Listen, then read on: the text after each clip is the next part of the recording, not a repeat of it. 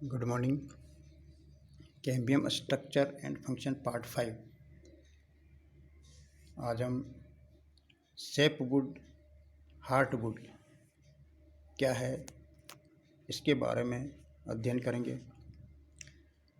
जैसा कि हमने बताया कि द्विबीजपत्रीय पादपों में सेकेंडरी ग्रोथ पाई जाती है।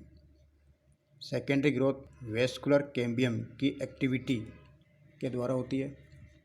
वेस्कुलर कैम्बियम निरंतर डिवाइड होती रहती है, जिससे कैम्बियम के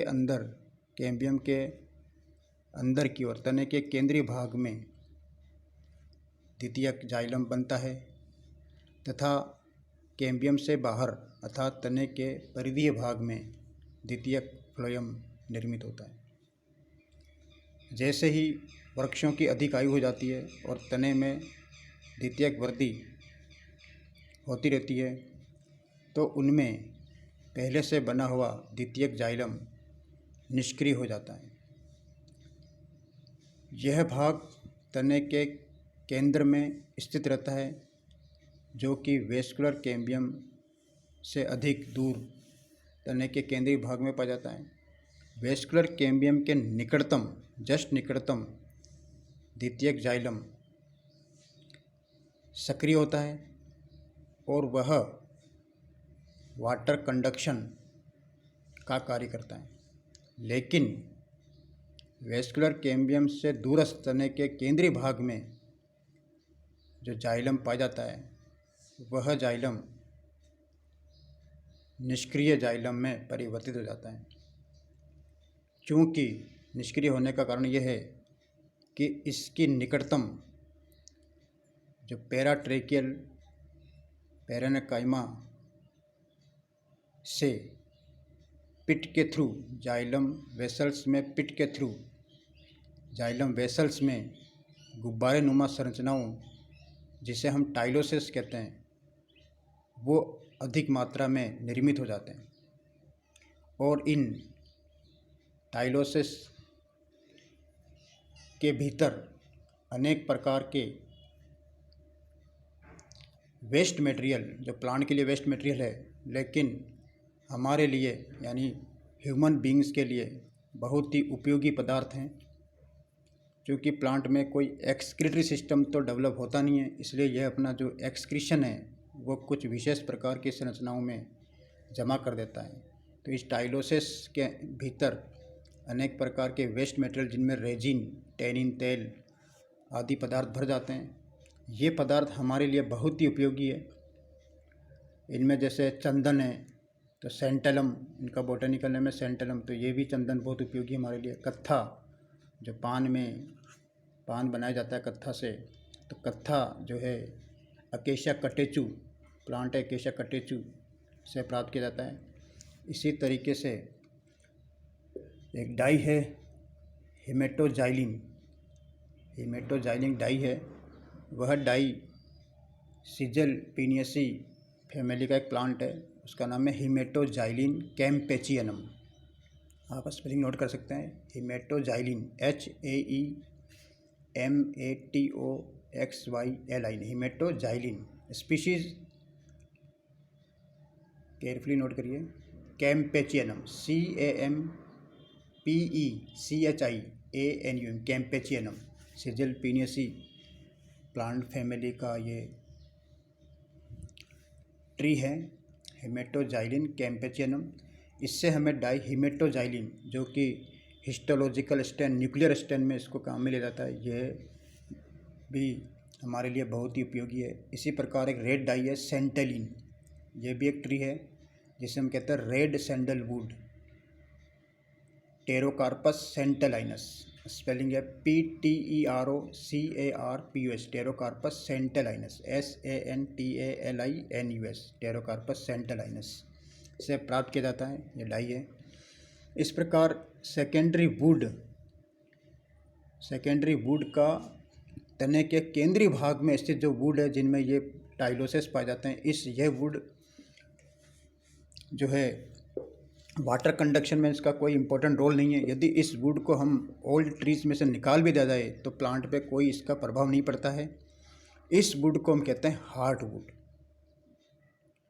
यह वुड चूँकि इसके अंदर कई सारे डाई पाए जाते हैं, इसलिए यह termite resistant, fungal resistant, insect resistant would होती है। इसलिए यह बहुत अधिक कठोर व ड्यूरेबल होती है। तो ड्यूरेबल होने के कारण इसका एक अन्य नाम भी है ड्यूरामेन। हार्ट वुड को हम ड्यूरामेन भी कहते हैं। तो हार्ट वुड और ड्यूरामेन, यह would insect resistant, termite resistant, fungus resistant होने के कारण यह हमारे लिए टिम्बर में बहुत उपयोगी है। टिम्बर, फर्नीचर आदि बनाने में इसको काम में लिया जाता है। इसको बहुत काम में लिया जाता है, जिसमें शीशम है, जैसे डेल, बर्जा, सीसू, सागवान, ये सारी वुड जो है ये हमारे लिए बहुत ही उपयोगी है।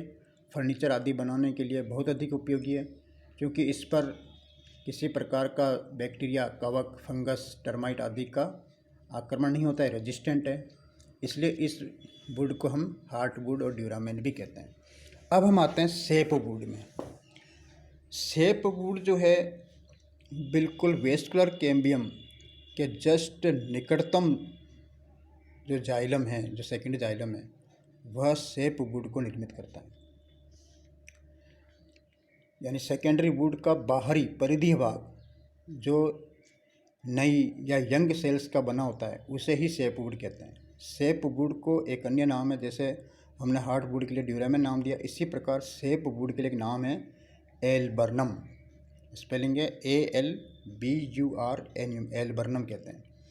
ये हल्के ग्रेइश रंग की होती है और जल में घुलित पदार्थों का सक्रिय संवहन इसी सेप वुड के द्वारा होता है। क्योंकि इसकी वेसल्स में कोई जमाव नहीं होता है, किसी प्रकार का कोई टाइलोसिस नहीं पाया जाता। तने में सेकेंडरी ग्रोथ के कारण सेप वुड के निरंतर एक के बाद एक रिंग बनते जाते हैं, तथा पुराना जाइलम, सेप वुड का जो जाइलम है पुराना, उसी प्रकार धीरे धीरे तने के केंद्रीय भाग में हार्ट वुड में परिवर्तित होता जाता है। इस परिवर्तन के समय सेप वुड की सेल्स के जो जीवित गुण हैं धीरे धीरे समाप्त होते रहते हैं। इनमें और टाइलोसिस बनते रहते हैं। इन क्रियाओं के साथ साथ इन कोशिकाओं में, इन सेल्स में टैनिन, रेजिन, रंजक, तेल आदि पदार्थ भी जमा होते जाते हैं। तो इस प्रकार ये सेप वुड और हार्ट वुड दोनों ही सेकेंडरी जाइलम है। लेकिन हम संक्षिप्त में अगर इसको कहें तो वेस्कुलर कैम्बियम के निकटतम जो सेकेंडरी जाइलम होता है वो तो होता है सेप वुड, और वेस्कुलर कैम्बियम के डिस्टल पोर्शन पर पाए जाने वाला, यानी तने के जस्ट केंद्रीय भाग में पाए जाने वाली सेकेंडरी जाइलम को हार्ट वुड कहते हैं। सीधी सी बात है, वुड जो टर्म है वह सेकेंडरी जाइलम के लिए काम में लिया जाता है, और वुड की स्टडी को, यानी वुड की जो स्टडी है, यानी कास्ट की जो स्टडी है, उसे हम कहते हैं जाइलोटोमी कहते हैं। तो इस प्रकार सेप वुड और हार्ट वुड में जब शॉर्ट नोट्स पूछा जाता है तो आपको इस तरह से आंसर बताना है। टाइलोसिस के बारे में भी बताना है। अब हम आते हैं सॉफ्ट वुड और हार्ड वुड क्या होती है। सॉफ्ट वुड, जिम्नोस्पर्म्स की वुड को सॉफ्ट वुड कहते हैं। एंजियोस्पर्म्स की वुड को हार्ड वुड कहते हैं। जिम्नोस्पर्म्स की वुड जो केवल ट्रैकिड से ही निर्मित होती है, इसलिए इस प्रकार की वुड सॉफ्ट वुड कहलाती है।